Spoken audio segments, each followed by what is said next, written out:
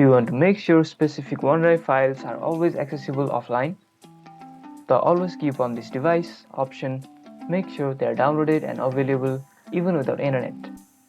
Let me walk you through how to use it on Windows. First, open your File Explorer using the folder icon in the taskbar or by pressing Windows plus E on a keyboard. Next, click on the OneDrive folder on the left-handed panel. This will display all your synced cloud content. Find the file or folder that you want to make permanently available offline.